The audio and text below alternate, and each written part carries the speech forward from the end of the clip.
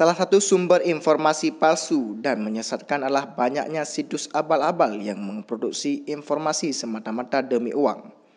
Hal tersebut disampaikan fotografer senior Holdi Semajuntak dalam acara in-house training fotografi dan literasi digital yang diselenggarakan oleh Prodi Komunikasi dan Penyiaran Islam UIN Araniri Sabtu pagi di aula fakultas setempat.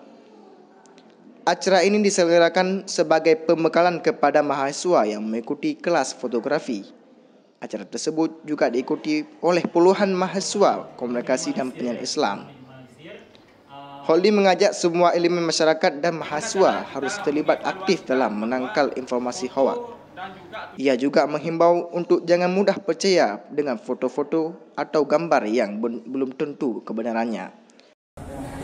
Kalau menurut saya seminar-seminar seperti ini penting, karena khususnya ke mahasiswa ya, karena ini bagian dari edukasi ya, karena kita lihat sekarang ini dunia komunikasi dan internet itu sangat luar biasa, dan penyebaran hoax itu juga sangat luar biasa. Artinya edukasi seperti ini penting buat mahasiswa supaya mereka paham dan memiliki pemikiran yang lebih kritis.